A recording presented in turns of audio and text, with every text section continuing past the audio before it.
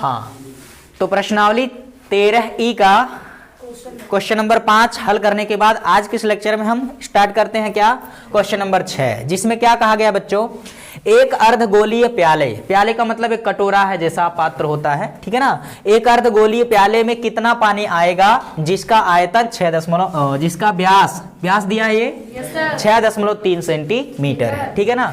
तो देखो इसको कैसे हल करेंगे। आपको अच्छे से मालूम है कि किसी भी पात्र में, किसी भी खोखले पात्र में या कटोरे में या बर्तन में या इस बॉटल में उतना ही पानी आएगा जितना इसका आयतन होगा, ठीक है ना। तो अर्धगोले के आकार का जो प्याला है या कह सकते हैं कटोरा है, उस पात्र में पानी कितना आएगा जितना उस अर्धगोले पात्र का आयतन होगा, ठीक है ना। तो देखो व्यास आपको दिया है, आप क्या करोगे, त्रिज्या निकाल लोगे। त्रिज्या क्या होता है लल्ला, व्यास का आधा, ठीक है ना। और व्यास आपको दे दिया है 6.3 बटे में कितना 2। आप चाहो तो इसको दशमलव को खत्म करो, यहां से दशमलव से खत्म करने के लिए दशमलव के बाद एक अंक है तो 10 से ऊपर और 10 से नीचे गुणा कर दीजिए। जब 10 से ऊपर गुणा करेंगे तो 63 और नीचे गुणा करेंगे तो फिर 10 दूना 20। कुछ बात समझ में आया। ये हो गया अर्धगोले प्याले का त्रिज्या, ठीक है ना। तो अब हमें सिर्फ निकाल लेना है क्या, उसका आयतन। आयतन क्यों निकाल रहे हैं, क्योंकि अर्धगोल प्याले में उतना ही पानी आएगा जितना उसका आयतन होगा, ठीक है ना। तो अर्धगोलीय प्याले का आयतन, अर्धगोलीय प्याले का आयतन कितना होगा, अर्धगोले का आयतन 2/3 पाई r क्यूब, यही होता है ना। अच्छा जी, अब फटाफट मान रखिए 2/3 पाई का मान 22/7 गुणे r का मान 63/20 का होल क्यूब, ठीक है ना। देखो 2/3 गुणे 22/7 गुणे 63/20 का होल क्यूब। आप चाहे तो 63 गुणे 3 टाइम यानी कि 3 बार लिख लीजिए, और बटे में 20 गुणे, ठीक है ना। समझ में आ गया सबको। अब देखो इसको कैलकुलेट करो, है ना, हल करो। देखो ये 7 से 63, 7 9, फिर ये 3 से 9 कट जाएगा, 3 तिरैया कट जाएगा।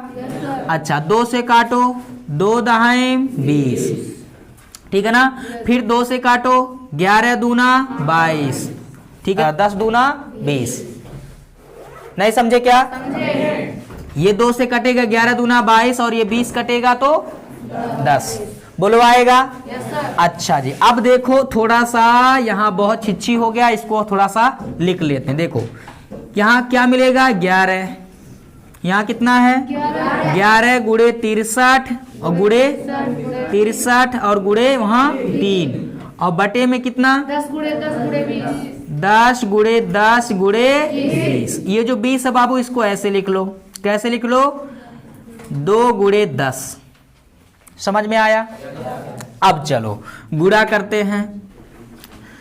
चलो 11 गुणे 3 गुणे 63 गुणे 63 कितना होगा, 63 गुणे 63 का स्क्वायर कितना होगा, 3 तिरैया 9 हो जाएगा, ठीक है ना। और 3 6 का 18, 18 दूनी 36 को 6 3 हो जाएगा, और 6 का 6 में 36, 36 और 3 39, यानी कि 39 69, 3969 हो गया, ठीक है ना। और बटे में कितना, ये 10 गुणे 10 गुणे 10 1000 लिख लो, और गुणे कितना, गुणे कितना 2 हो जाएगा, ठीक है ना।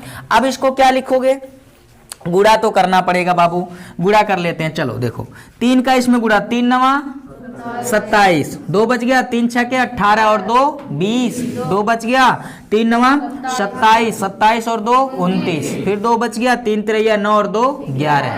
अब ये जो आया इसमें 11 का गुणा कर लो, ये अभी तो 3 का गुणा किया तो इतना आया, 11 का गुणा कर लो, ठीक है ना। 11 9 11 7 77 आ जाएगा, 11 9 99 9 बच गया, 11 का में 11 और 9 कितना 20 को 0 2 बच गया, 11 करने में 11 और 2 13, ठीक है ना। 130977, ठीक है ना, 130977, ठीक है ना। और बटे कितना 1000 गुणे 2। अब ये 1000 से जब भाग करोगे तो यहाँ 1 2 3, 1000 में कितने जीरो हैं 3, ऊपर वाली संख्या में 1 2 3 अंक के बाद दशमलव लगाना पड़ेगा। अगर 1000 से भाग करेंगे तो यहाँ 1 2 3 अंक के बाद यहाँ दशमलव लग जाएगा, ठीक है ना। तो सीधे देखो क्या हो जाएगा 130.997 अब सॉरी 977, ठीक है ना, कितना 977 और बटे कितना 2। कुछ बात समझ पाए। 1000 से इसमें भाग देंगे तो 1 2 3 अंक के बाद दशमलव हो जाएगा। अभी ये बटे 2 है, इसका भी आधा करना पड़ेगा, 2 से फिर भाग दो, 2 से 13 में भाग देंगे, 2 6 के 12, ठीक है ना। 1 बच गया, यहाँ 10, 2 5 10 दशमलव और 2 चौके 8, 1 बच गया 17, 2 8 16, 1 बच गया 17, 2 8 16, 1 बच गया, ठीक है ना, और 2 5 10। कुछ बात समझ आया। तो आएगा 65.4885, क्या इतना घन सेंटीमीटर। तो आएगा इस तरह से लगभग। कोई डाउट है तो लिख दीजिए यहां लगभग 65.4885 घन सेंटीमीटर लगभग उस अर्धगोल प्याले का आयतन होगा, मतलब उतना पानी आएगा। कुछ बात समझ पाए आप लोग, ठीक है ना। देखने में छोटा लग रहा है लेकिन घाव गंभीर कर दिया। देखने में छोटा लगे घाव करत गंभीर, तो यही है। देखने में क्वेश्चन तो छोटा सा है लेकिन कैलकुलेशन थोड़ा डिफिकल्ट है, ठीक, आराम से कीजिएगा, हो जाएगा। चलो अगले क्वेश्चन की तरफ बढ़ते हैं।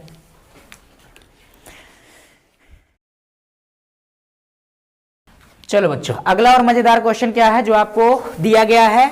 एक ठोस गोलाकार पिंड है, ठीक है ना, एक ठोस गोलाकार वस्तु है, कोई पिंड है, उसको 2 रुपए प्रति वर्ग मीटर की दर से उसको रंगवाया जाता, मतलब पेंट करवाया जाता है। एक गोलाकार कोई क्या है पिंड है, ठोस पदार्थ है, उसको पेंट कराया जाता है, मतलब रंगवाया जाता है।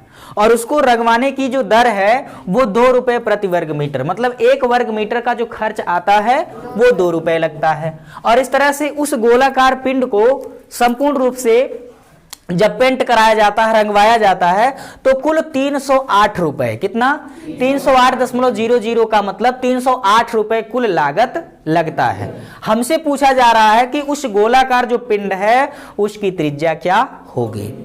कुछ बात समझ पाए आप लोग। तो एक गोलाकार कोई क्या है लल्ला पिंड है, ठीक है ना। इस गोलाकार पिंड को चारों तरफ से बढ़िया से अच्छे से क्या किया जा रहा है, पेंट करवाया जा रहा है, रंगवाया जा रहा है। और उसके लिए जो खर्च है, ठीक है ना, प्रति वर्ग मीटर का खर्च, प्रति वर्ग मीटर का खर्च कितना है 2 रुपए है, ठीक है ना। और कुल खर्च जो आता है, कुल खर्च 308 रुपए आता है। आप लोगों को बताना है, सबसे पहले जो मेरा सवाल है आप लोगों से कि बता सकते हैं क्या कि इस गोले का संपूर्ण पृष्ठीय क्षेत्रफल क्या होगा जिसको रंगवाया गया है इतनी लागत लगा करके। आप लोग याद करें पीछे की प्रश्नावली में मैंने आप सभी को एक क्वेश्चन बताया था कि मान लिया जाए 10 रुपए प्रति किलोग्राम की दर से आलू खरीदते हैं, 10 रुपए प्रति किलोग्राम की दर से आलू खरीदते हैं तो 200 रुपए लगते हैं। कितना 200 रुपए लगते हैं। बताइए कितना आलू मिला होगा, आलू की मात्रा क्या होगी, कितना किलो 20 किलोग्राम होगा। 20 किलोग्राम कैसे आया, कुल लागत में, कुल खर्च में प्रति किलोग्राम का जो खर्च है हमने उससे भाग कर दिया, जिसके बाद आलू की मात्रा आ गई कितना 20 किलोग्राम। अब सिंपल सी बात है कि प्रति वर्ग मीटर का खर्चा 2 रुपया, कुल खर्चा 308 रुपया। तो जिस सतह को पेंट कराया गया है उसका पृष्ठीय क्षेत्रफल निकालना है तो 308 यानी कुल खर्च में प्रति वर्ग मीटर के खर्च से आपको भाग करना पड़ेगा। आकांक्षा बात समझ में आया, अश्मिता, अर्निका, प्रिया। अब देखो तो सीधी सी बात है, क्वेश्चन आप लोग को इसका कॉन्सेप्ट क्या है वो मालूम हो गया। हमें निकाल लेना है गोलाकार पिंड का पृष्ठीय क्षेत्रफल, पृष्ठीय क्षेत्रफल, जो कि कितना होगा लल्ला, कैसे निकालेंगे, कुल खर्च, या ऐसे मैं लिख देता हूं शब्द में, पृष्ठीय क्षेत्रफल को रंगवाने में कुल खर्च बटा क्या, प्रति वर्ग मीटर का खर्च, प्रति वर्ग मीटर का खर्च, समझे। तो कुल खर्च कितना है, 308 रुपए। और प्रति वर्ग मीटर का खर्च। अब देखो पृष्ठीय क्षेत्रफल का सूत्र यहां लगाना है। गोले का संपूर्ण या कुल पृष्ठीय क्षेत्रफल का सूत्र कितना होगा, 4 पाई आर स्क्वायर। बोलो यही होगा कि नहीं होगा। तो ये हो जाएगा 308 में 2 से भाग देंगे 154, होगा कि नहीं होगा। पाई और 4 को पक्षांतर करो, आर का मान निकाल लो। तो अभी आर स्क्वायर बराबर 154 और बटे में आ जाएगा 4 गुणे पाई। ठीक है ना बाबू, 154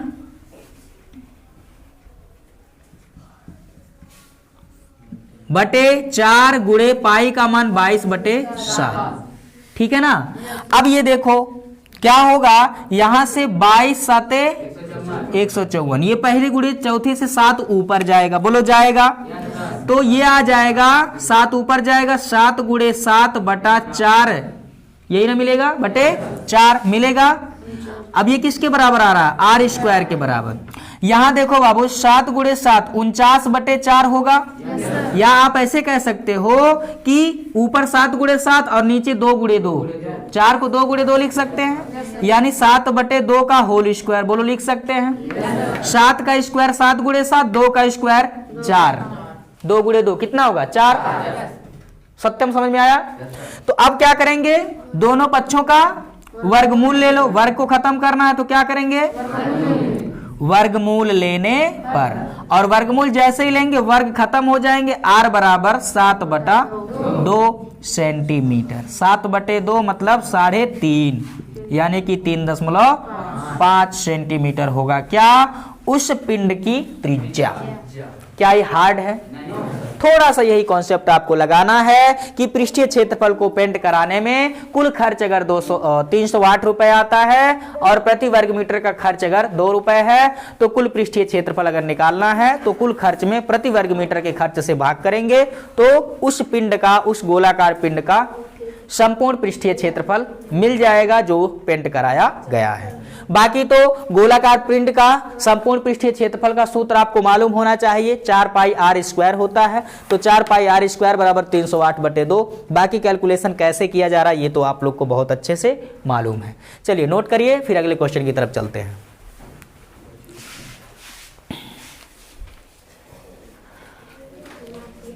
तो चलो क्वेश्चन नंबर 8वां और 9वां सिर्फ आप लोग को समझा देते, बाकी हल करने की जिम्मेदारी आप लोग की है। बोलो हो जाएगा। चलिए क्वेश्चन नंबर 8 में शायद एक गोला है, क्या है, गोला है कि अर्ध गोला, गोला, उसका वक्र पृष्ठ दिया है। तो ये मैं लिख देता हूं, गोले का वक्र पृष्ठ या वक्र पृष्ठ क्षेत्रफल कितना दिया है, 144 पाई। और आपसे पूछा क्या जा रहा है, व्यास, यानी व्यास जो है वो त्रिज्या का कितना गुना, 2 गुना, यानी त्रिज्या निकालेंगे उसमें 2 से गुणा कर देंगे तो उस गोलाकार पिंड का व्यास आपको मालूम हो जाएगा। देखो वक्र पृष्ठ 144 दिया, वक्र पृष्ठ का सूत्र लगा लेंगे, कितना होता है बच्चों, 4 पाई आर स्क्वायर बराबर 144 पाई, पाई से पाई की निर्मम हत्या, आर स्क्वायर बराबर 144 बटा कितना 4, ये तो हल ही हो गया भाई। आर स्क्वायर बराबर 144 किसका वर्ग है, 12 का, और 4 किसका वर्ग है, तो ये हो जाएगा होल वर्ग, 12 का स्क्वायर 144, 2 का स्क्वायर 4। ठीक है ना। वर्गमूल लेंगे तो वर्ग से वर्ग खत्म, आर बराबर कितना 12/2 सेंटीमीटर का, समझे। ये बोलो क्या है, त्रिज्या है। और आपको निकालना क्या लल्ला, व्यास। व्यास बराबर क्या, 2 गुणे त्रिज्या, 2 गुणे त्रिज्या 12/2 से 2 की निर्मम 12 सेंटीमीटर। कितना बचा सिर्फ, अब ये लो कहा समझाने को, आ गया आंसर। क्या इसके लिए शक्तिमान बनोगे, आलू पराठा खाने की जरूरत पड़ेगी, मिल जाए तो फिर मजा आ जाए सर, है ना, ठंडी में। कह रहे यस सर। 9वां क्या कहा बच्चों, 9वें कहा कि अर्धगोलीय, ठीक है ना, एक अर्धगोला है मतलब अर्धगोले के आकार का गुंबद है, अर्धगोलीय गुंबद, ठीक है ना।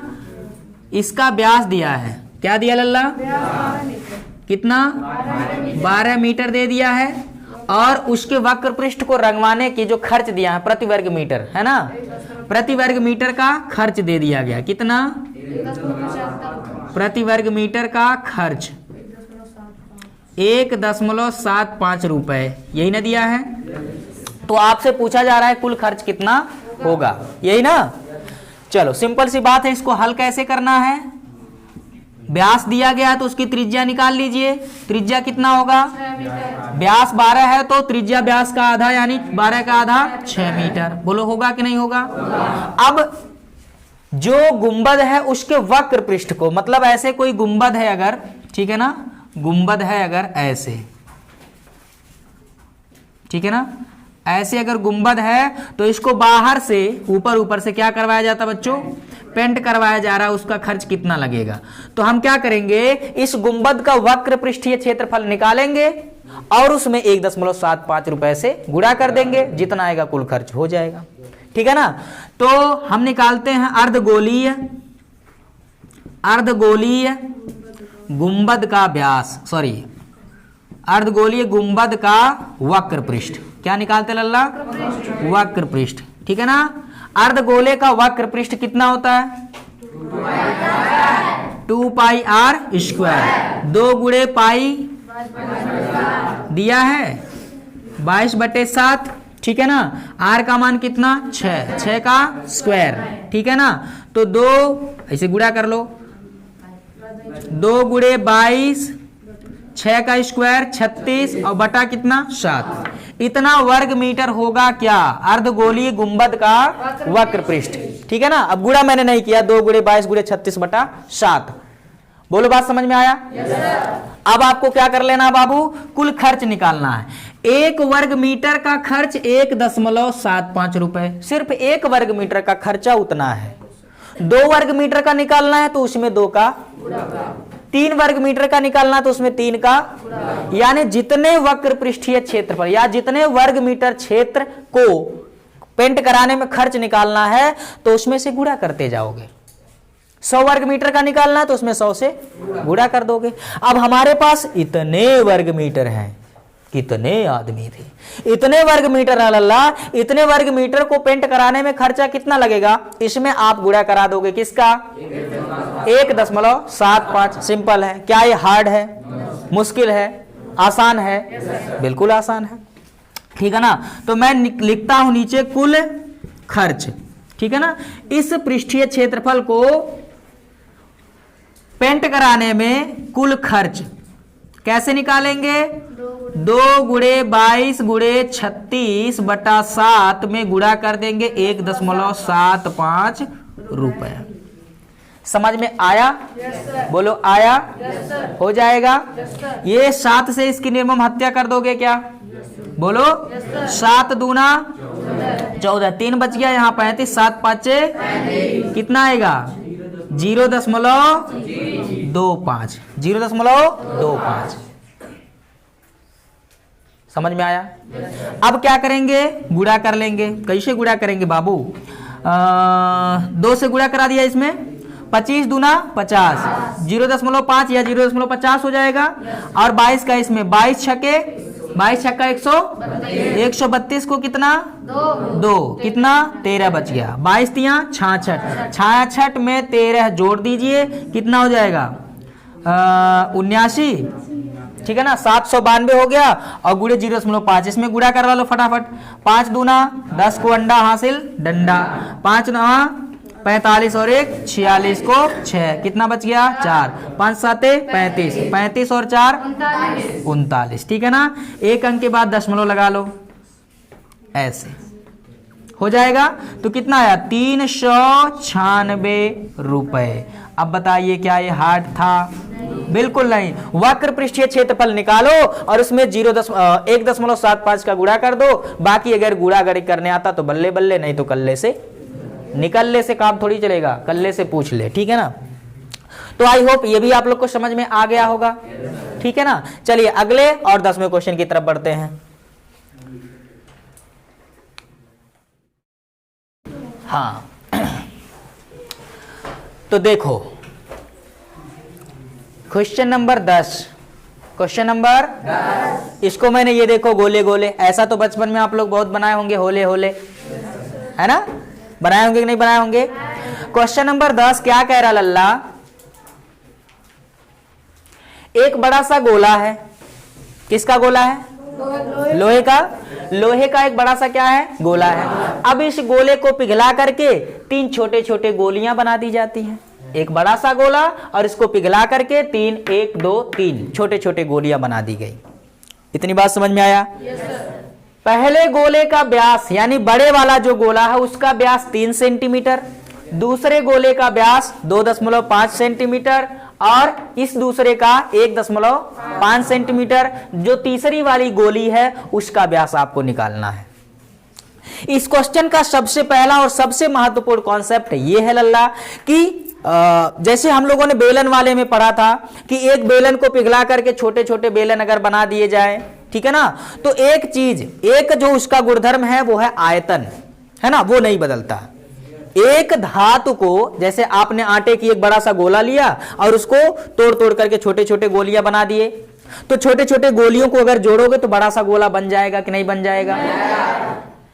अर्थात 100 बात की एक बात कि अगर एक वस्तु को गला पिघला करके आप दूसरे आकार के या दूसरे माप वाले गोलियों में बदलने की कोशिश करते हैं, बदल भी देते हैं, तो एक गुण उसका नहीं बदलता और वो है आयतन। आराम से समझो, देखो जब इस बड़े वाले गोले को पिघला करके छोटे छोटे गोले बनाए तो इस बड़े वाले गोले का जो आयतन है V छोटे वाले गोलों के या छोटे वाले गोलियों के आयतनों के योगफल के बराबर होगा। यानी छोटे छोटे छोटे तीनों गोलियों को मिलाओगे तो बड़ा सा गोला प्राप्त हो जाएगा। क्या प्राप्त हो जाएगा लल्ला?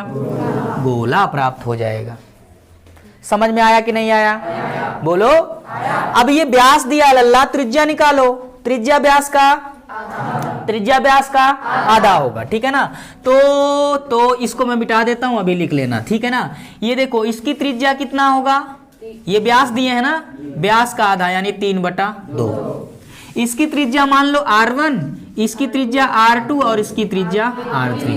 इसकी त्रिज्या कितना होगा 2.5/2, ठीक है ना। और इसकी त्रिज्या कितना होगा 1.5/2 और इसकी त्रिज्या कितना होगा पता नहीं। अगर व्यास D माने हैं तो चाहो तो D/2 लिख दो, कोई दिक्कत बिल्कुल भी नहीं। कुछ बात समझ में आया? एक बात और, यहां पर देखो दशमलव को खत्म करना है अगर तो 10 से ऊपर नीचे गुणा कर लो, 25/20 हो जाएगा। समझ गए कि नहीं? और इसमें भी 10 से ऊपर नीचे गुणा करोगे 15/20। आप चाहो तो इसको काट दो, कोई जरूरी नहीं है, चाहो तो काट दो।